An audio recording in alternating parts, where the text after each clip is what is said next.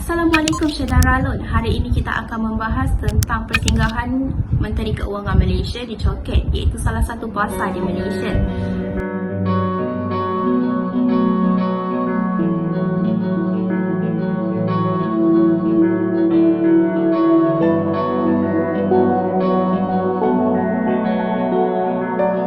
Menteri Keuangan Malaysia Tengku Zafrul Tengku Abdul Aziz kembali berkunjung ke Pasar Choket, Kampung Baru, Kuala Lumpur pada hari Khamis yang lalu, iaitu pada 26 tanggal 8 2021.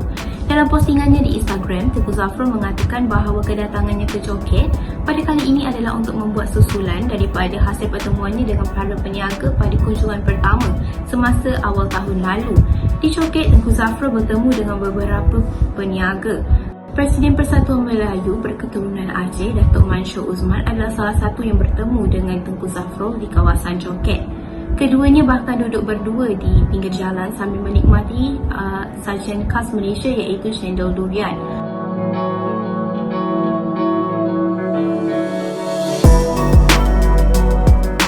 Tengku Zafrul juga menyempatkan dirinya memenuhi undangan Datuk Mansur, iaitu melihat pejabat Presiden Persatuan Melayu berketurunan Aceh di Jalan Raja Alam.